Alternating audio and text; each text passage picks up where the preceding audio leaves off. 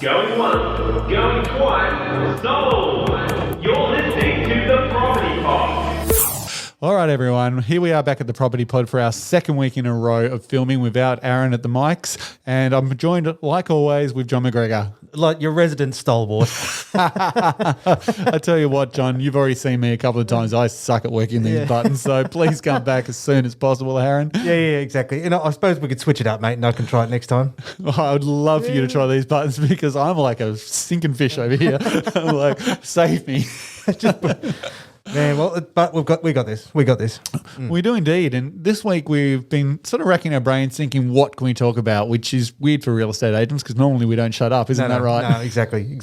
So what caught my attention this week, John, that I thought that'd be worthwhile sort of talking about is how hard it is to buy a property in the marketplace at the moment. Like a lot of people have been struggling. And a lot of people have been really finding it difficult to secure that next property. Yeah. And probably just having a look at some of the experiences that you and me have had over the years and recently as well in trying to buy a property. Well, like it is fascinating because when you're on the other side, all of a sudden you think you're trying to be professional all the time. You experience all the emotions that you're sitting there trying to coach another person through. And instantly, if it's your property, it's worth more than it is. If you're trying to purchase, it's hard to get wrap your mind around having to pay for this because but I remember when I could buy it for that. And even because I suppose I've been trying to help my partner buy a property as well. I'm going through all those motions for us. And then when you secure one, it's like, oh my God, did I make the right decision? Did I pay too much? And then all of a sudden, all those things. Oh, but I could have got that. Oh, that's a better opportunity now. So it's even though it's our job, actually talking about the fact that we go through those same experiences, I think is just interesting. Well, it's funny you say that because, Abby and I have been looking for a while now for a block of land, and it's almost working in the industry is detrimental to act. You would think that working in the industry helps you be able to find that property and buy that property. Yeah. But for me, it's actually been the opposite experience because now I'm second guessing every decision I'm making when it comes to buying property. Like, oh, geez, I know what this property's worth. I've checked the data online. I shouldn't pay any more than X or Y. And it's a really difficult thing to navigate when you're on the other side of the coin. Because you're finding to your, like you said, with your knowledge, you are becoming your own worst enemy. Like you could push that a little bit more, but you don't, and you almost become stubborn. Is that what's happening? It's very much so. I'm definitely becoming stubborn because I know that properties are going to sell for way more than I'm prepared to offer for them, and that's probably the reason why I haven't been successful in winning one. Yeah. And it is, I think, because like you described, because we live and breathe this 7 days a week, 365 days a year, I'm still stuck thinking about a couple of years ago when I could have bought a property for X and now having to pay Y. I'm looking at it thinking, well, yes, I know the market's shifted and that's what the new price is, but it's still hard to comprehend. Well, the other challenging part is if you say, because you're in it, you can get a good deal. And you can if you've got no ethics. Because the challenge when it comes to us buying a house too is that by all accounts, yes, we might have early access to things. We could probably sit there and explain and encourage your owner to accept our offer. But the problem is if we don't do it above board, well then we've got the capacity to rip the client off and eventually completely lose our license as a result of doing the wrong thing.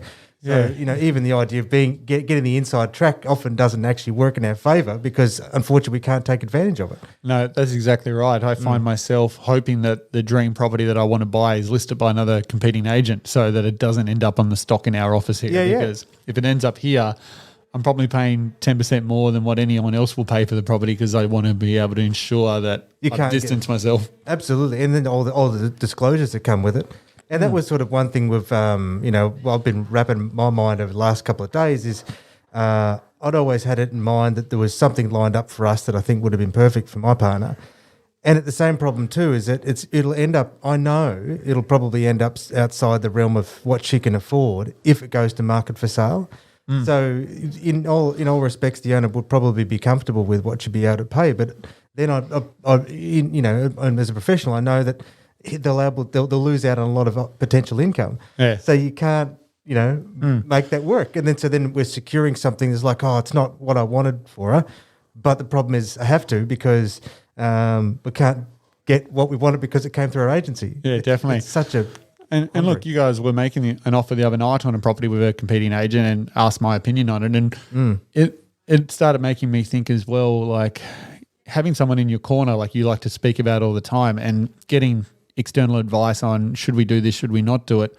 It even applies to us here on our day-to-day when we're buying personally. Yeah. Just you came to me and you're like, Pat, they want X, but, we're only prepared to pay $10,000 less than that. And it was only through conversations between each other that we both came to the realization that you're going to have to pay what the owner wants to have any chance of securing it. Yeah, and I needed it was handy to have your reassurance because, like, I was articulating, this is a good location, good spot, like that complex. It does make sense. But it was like I still needed it's like, mate, is this, we're thinking right? Am I, like, trying to justify something that's probably not correct?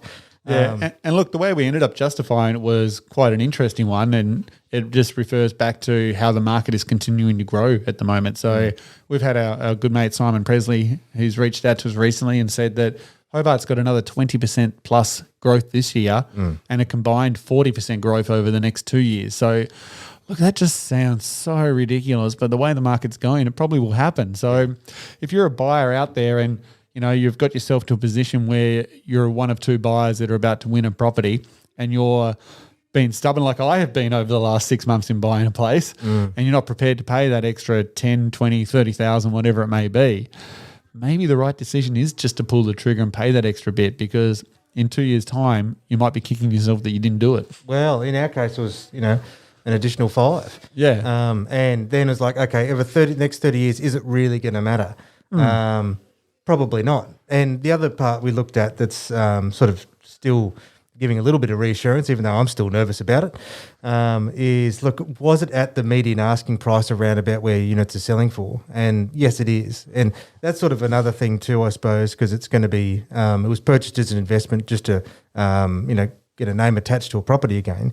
At least then if the units bought at around about where all the units are selling, either, usually at median price or below, if anything happens, you're always going to be okay because you can, get in and out of the market quickly. Whereas I think a lot of the problems have occurred where people have got really stuck, though, is that when they've purchased a home, so let's say the median in an area is 500,000, they've bought this, the 580,000 for the exact same property where they're so far apart. And then if something does happen, they get stuck because they really can't move that asset off quickly. Yeah. So, I mean, it's a reality that, I've seen it.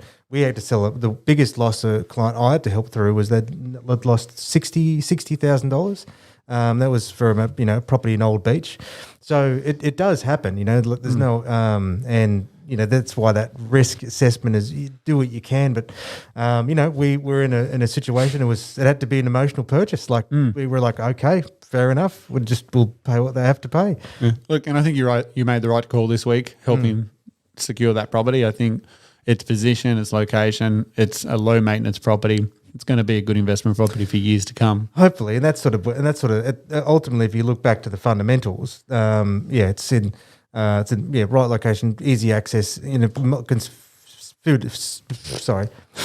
can fit multiple different tenants, and we know like that complex is always tenanted like 100% no drama.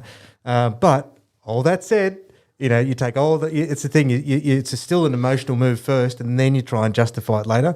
And I guess because for me as well, where if it was only just involved as an investment, you're doing numbers and numbers alone. And so, if you were to say the numbers on that property, would you have paid that much as an investment purchase purely? Probably not. However, as the means that, is something that you wanted to move yourself back into the market, so like, okay, we're going to have to adjust the numbers and the expectations in order to secure the property. And it sucks.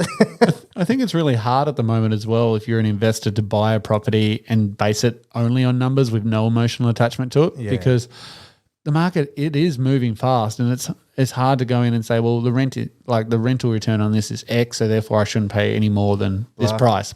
Because realistically, that's probably not going to get the deal done these days. No. So I think for a lot of investors at the moment that are choosing to buy, they've got to be looking at it from a more long-term perspective and a capital growth perspective as well, where in the past, most investors would probably only buy a property based on rental yields and look at it from that return. So I don't know if that's what you believe, John, but that's sort of the shift I've probably seen in recent times. It has you 100%. And I guess that's sort of most seen in the change in the return on those areas like Bridgewater and Herdsman's Cove, our lowest socioeconomic areas, where they never experienced growth ever, but the yield on them was massive. And I tell you what, those people that had cashed in on that yield sort of, 6 years ago when they were picking up a property in Bridgewater for 150, 170,000. Oh, yeah. They are living life now because they're now turning those properties back over with very minimal work during that time for, early fours. Oh, yeah. Yeah, 400, 420. We've sold one recently for 450 in the area. Yeah. Well, I just saw one pop up for over 500 now. Obviously, one of the bigger ones, but the idea that area would start to stretch over $500,000 was just incomprehensible. Yeah, it's definitely shifted, that suburb has, that's for sure. And look, lots of suburbs go through that transformation. That was Rokeby a few years back. It was probably a little bit earlier than what Bridgewater was. You now got to look to suburbs like Gagebrook and Clarendon Vale to start looking for those cheaper options. But their time will come and they will improve in their value too. Yeah, absolutely. And that I was only chatting with a client who's looking to purchase her second investment property actually through us, and where she was asking like, well, what is it possible? Look, anything's possible through gentrification, which is that thing where and Bridgewater, I think, did it very well with the assistance to those Centre Care Evolve projects, where even housing has changed the way in which they want to develop projects. Because wasn't it that it's 70% ownership in those developments? Is it right? Is that right, mate? I think it's 70% rented, 30% ownership. Yeah, I think. But I think what their goal is as a whole is to get the overall ownership of all of Bridgewater to 50-50, so 50% owned, 50% rented, where it's traditionally been 70 to 80% rented, 20% owned. Yeah. So that's why they are selling off a heap of their properties is to help try shift that back a little bit. Yeah, yeah. But for those guys, and the change of Bridgewater goes far beyond just the buildings that are happening out there. It's the community projects that companies like Centrecare are involved as well. Like a lot of people wouldn't realise it, but they've been involved in helping some of these like new playgrounds and parks get off the ground and help fund it, just footpaths and bus shelters and things like that they've put in money into the community to improve the area just to help that overall shift in the suburb. Yeah.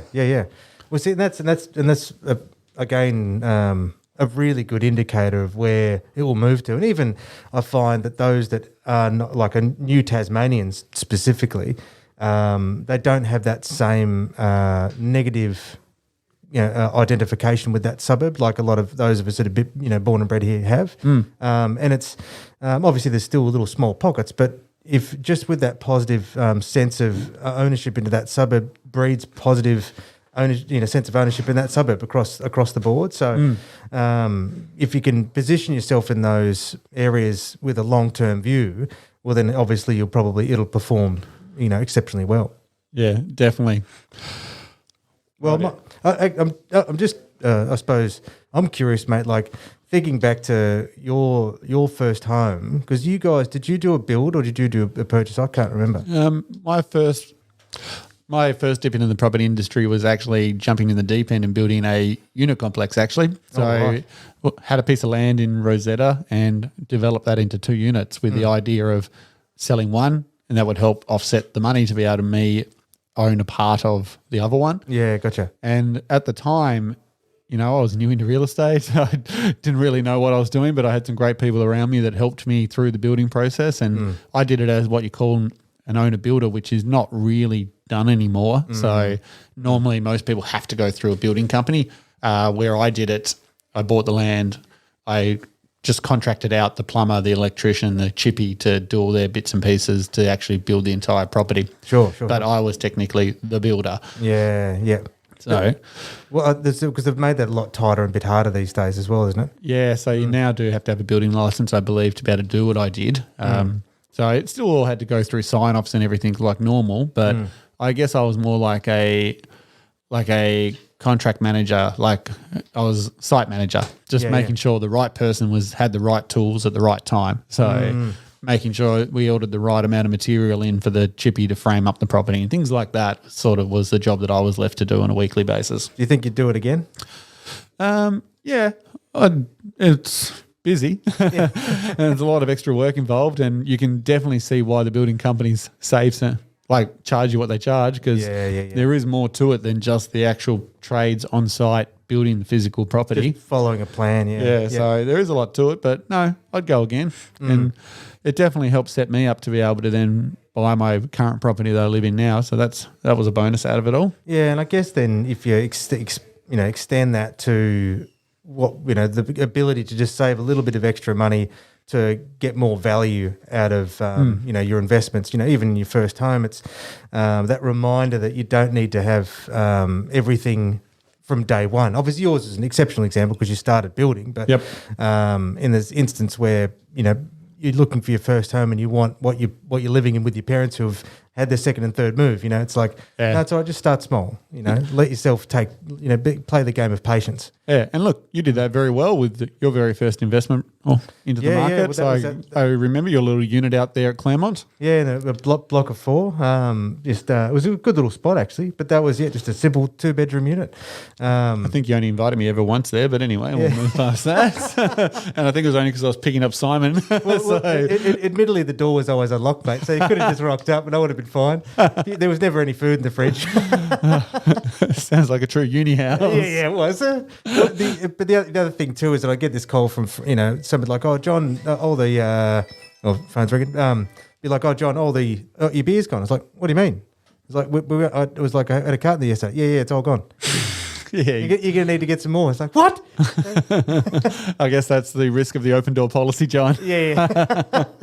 But it was cool. Like, it was a great little entry unit, and that was obviously encouraged by I think Mum and Dad at the time. That was through our business. Yeah. And now you've moved. And now you've moved into buying another property. You're renovating it from memory and looking to build a unit potentially in the backyard, so future development. Yeah, exactly. So it's sort of then a similar situation where you started. So, but certainly couldn't have done that to that extent without first making a move many years ago. So it's nice. I think that it's again when would you get in and when do you get out? Normally it's that when you want to get in and when you want to get out.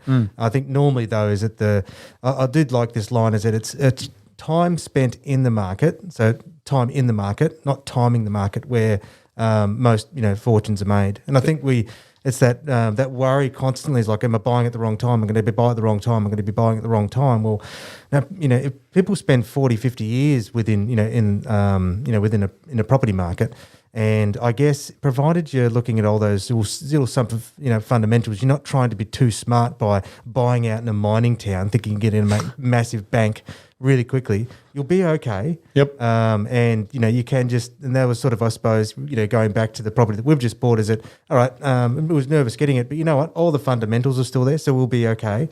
And there won't be it's a very, very small risk of that ever biting us in the butt. Yeah. And if you can remember that, it's you are looking for your first time, you're trying to get in. Just don't try and be too smart about it. So that's our key takeaway. Like, we're almost 20 minutes into this podcast, John, and I've been sitting here thinking, what are we actually talking about? Yeah. So basically what you're saying is the key takeaway is to, get into the market where you can and know that, all will be good potentially. Yeah. That's the worst advice ever. That's the worst advice ever. Yeah, I really need to work on my bitch. But I guess the thing is, that's the point of this conversation. This was like just speaking real, like not pretending like we're so smart. Like it's just because it happens. It's like all the things that you know can sometimes get thrown out the window. But it's just like you'll be okay if you don't go too far. Stick within. If you're sticking around the median in a suburb and it's got all the fundamentals, you'll be okay. But it's beautiful. But I suppose in the end, if you're trying to be too smart about it, that's when you can sometimes get stung. Yeah. Anyway. And look, we may not know that we may not sound like we know what we're talking about today. I think we're a little bit off, but we're only a phone call away. My phone will not stop calling. Sorry about that, everyone. We're only a phone call away, and in a non-microphone situation, we're normally a lot better. Yeah. So always happy to sit down and sort of help people understand a certain suburb, or even if it's a property listed with another agent that you've got your eye on, but you don't know the best way to attack it. Like John and I, we're happy to give you half an hour of our time just to go through a contract, help you strengthen it where you can to improve the look of it. So, because you're going to be in a multiple offer situation. So it's all about just knowing the little 1%ers that you can do to a contract as well, just to make it look better, so you have a better chance of winning it, because it's not always price that ends up getting the deal done. No, absolutely not. Absolutely not. And, that was, I suppose, in some respects, from when I've got the professional hat on, like all of a sudden the advice completely changes, much more succinct, and it makes a lot more sense. And then it's just a reminder sometimes too, is just like, hey, I get it. Like it's not easy. Like it is really emotional. We go through those same experiences as well. And I guess that was sort of part of the fun of just having a chinwag about this specific situation. Yeah, I think what we wanted to let everyone know is that we struggle with buying houses just as much as you guys do. Yeah. We never know the right move to make. And I think the only way you'll ever know the right move to make is to have conversations with people and seek advice and just get second opinions from people, because like as much as like we are here to help you buy a house, if the listing's with us, we also are working for the vendor. So it can never hurt to go ask somebody else for a second opinion or some 1%ers advice where you need it. 100%. Well, I think we scraped together an episode maybe in there. If you've got this far, well done. Yeah. I'm sure the rest of you guys are all thinking like, I hope Aaron's back next week. I'm sorry to report that. With some actual topics to discuss. I'm sorry to report I think he is still a couple more weeks away, but hey, we'll be excited to get him back when he is in the studio in the office again. Yeah, exactly. Cool. That was fun. Thanks everyone for listening, and look forward to next week's watching John work these buttons, and hopefully we can get a show that's a little bit more succinct. I'm going to just get one of those little those birds that tap on the desk. That'll work. Yep. Yeah. That's all good. All right. See you guys. Thanks for listening. See you, mate.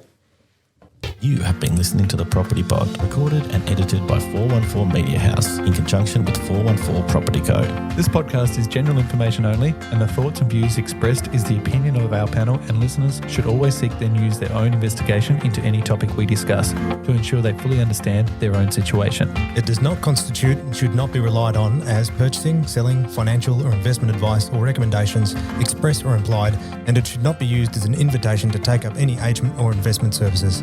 No investment decision or activity should be undertaken on the basis of this information without first seeking qualified and professional advice.